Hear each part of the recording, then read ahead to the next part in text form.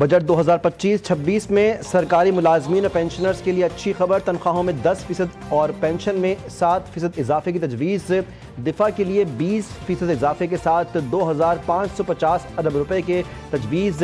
وفاقی وزیر خزانہ محمد اورنگ زیب نے قومی اسمبلی میں بجٹ تقریر میں بتایا کہ پینشن اسکیم میں اصلاحات کی گئیں، جس کی روح سے شریک حیات کی وفات کے بعد فیملی پینشن کی مدت 10 برس تک محدود کرنے کی تجویز ہے۔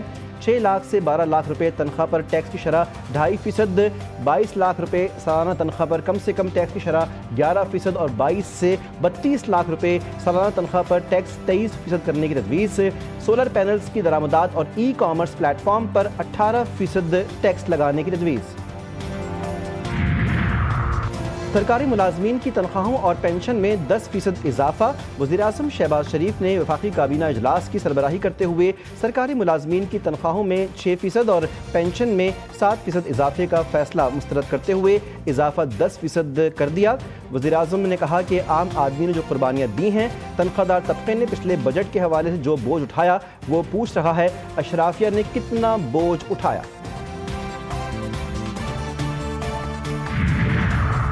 اور وفاقی کابینہ پر نوازشات کی بارش، جاری اخراجات میں دگنا اضافہ، تنخواہوں و امارات کے لیے بجٹ 35 کروڑ 18 لاکھ سے بڑھا کر 68 کروڑ 87 لاکھ کرنے کی تجویز۔ وفاقی وزراء اور وزراء مملکت کی تنخواہوں و امارات کے لیے بجٹ 27 کروڑ سے بڑھا کر 50 کروڑ 55 لاکھ روپے کرنے کی تجویز۔ مشیروں کی تنخواہوں و امارات کے لیے بجٹ 3 کروڑ 61 لاکھ روپے سے بڑھا کر 6 کروڑ 31 لاکھ روپے کرنے کی تجویز۔ معاونین خصوصی کے لیے تنخواہوں و امارات کی مد میں بجٹ 3 کروڑ 70 لاکھ روپے سے بڑھا کر 11 کروڑ 34 لاکھ روپے کرنے کی تجویز دی گئی۔ اور تاجر برادری نے بجٹ کو اعداد و شمار کا ہیر پھیر قرار دیتے ہوئے مسترد کر دیا۔ تاجر رہنماؤں نے بجٹ پر رد عمل ظاہر کرتے ہوئے کہا کہ 14,000 ارب روپے سے زائد کا ٹیکس حذف حاصل کرنے کی کوشش سے معیشت کا حجم مزید سکڑے گا۔ 2,000 ارب روپے کے نئے ٹیکسز کے نفاذ سے صنعت اور تجارت چلنا ناممکن ہے۔ 6,500 ارب سے زائد کے خسارے کا بجٹ اعداد و شمار کے ہیر پھیر کے سوا کچھ نہیں۔ پیٹرولیم مصنوعات پر لیوی 78 سے بڑھا کر 100 روپے لیٹر کرنے کی معیشت اور عوام پر پیٹرول بم گرایا گیا۔ جائیداد کی خریداری پر عائد ود ہولڈنگ ٹیکس 1.5% کم کرنے کی تجویز۔ کمرشل جائیدادوں، پلاٹس اور گھروں کی منتقلی پر 7% فیڈرل ایکسائز ڈیوٹی ختم کرنے کی تجویز بھی دی گئی ہے۔ وزیر خزانہ نے بجٹ تقریر میں بتایا کہ 10 مرلے تک کے گھروں اور 2,000 مربع فٹ کے فلیٹس پر ٹیکس کریڈٹ متعارف کروایا جا رہا ہے۔ اسلام آباد میں جائیداد کی خریداری پر اسٹیمپ پیپر ڈیوٹی 4 سے کم کر کے 1% کرنے کی تجویز۔ آئی ٹی ایکسپورٹ کو 25 ارب ڈالر تک بڑھانے کی منصوبہ بندی کر دی گئی۔ سیلز اور انکم ٹیکس کے لیے آرٹیفیشل انٹیلیجنس پر مبنی نظام لایا جا رہا ہے۔ 9.8 ارب روپے کے جعلی ری فنڈ کلیمز کو بلاک کیا گیا۔ آئی پی پی سے معاہدوں سے 3,000 ارب روپے کی بچت ہوگی۔ بجلی کی تقسیم کار کمپنیز کے نقصانات میں 140 ارب روپے کمی کی۔ بجلی کی قیمت میں 31% سے زائد کمی کی گئی۔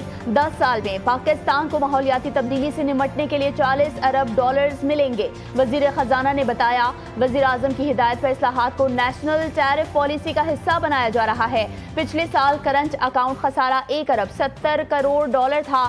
ایف بی آر نے رواں سال 78.4 ارب کے محاصل وصول کیے۔ اسٹیٹ بینک کے زر مبادلہ ذخائر میں 2 ارب ڈالرز کا اضافہ ہو چکا۔ رواں مالی سال تحصیلات کا حجم 37 سے 38 ارب ڈالرز تک ہوگا۔ زر مبادلہ کے ذخائر 14 ارب ڈالرز تک پہنچ جائیں گے۔ ٹیکس گیپ کا تخمینہ 55 کھرب روپے لگایا گیا۔ وفاقی وزیر خزانہ نے بجٹ تقریر کرتے ہوئے بتایا سیمنٹ، کھاد، مشروبات، ٹیکسٹائل پر ڈیجیٹل پروڈکشن ٹریکنگ کا آغاز کیا گیا ہے۔ سیلز اور انکم ٹیکس کے لیے آرٹیفیشل انٹیلیجنس پر مبنی نظام لایا جا رہا ہے۔ 9.8 ارب روپے کے جعلی ری فنڈ کلیمز کو بلاک کیا گیا۔ بینک سے رقم نکلوانے پر ایڈوانس ٹیکس کی شرح 1% کر دی گئی۔ غیر رجسٹرڈ کاروبار کرنے والوں کے خلاف گھیرا تنگ کرنے کا فیصلہ۔ سیلز ٹیکس چوری کو روکنے کے لیے سخت اقدامات متعارف کروانے کا اعلان۔ بجٹ کی تیاری میں رہنمائی پر تمام اتحادیوں کا مشکور ہوں۔ انتھک محنت سے ملک کی معیشت کو مستحکم کیا ہے۔ ہم نے اسی جذبے کے ساتھ معاشی ترقی کے لیے کام کرنا ہے۔ وفاقی وزیر خزانہ محمد اورنگ زیب کی بجٹ تقریر، کہا معاشی اصلاحات کے ذریعے معاشی استحکام لایا گیا۔ ہماری حکومت نے مہنگائی پر قابو پانے کے لیے اقدامات کیے۔ آئی ایم ایف، ایشیائی ترقیاتی بینک نے پاکستانی معیشت پر اطمینان کا اظہار کیا۔ ان کا مزید کہنا تھا کہ پاکستان کی عسکری اور سیاسی قیادت کو مبارکباد پیش کرتا ہوں۔ عالمی برادری میں پاکستان کا وقار بلند ہوا۔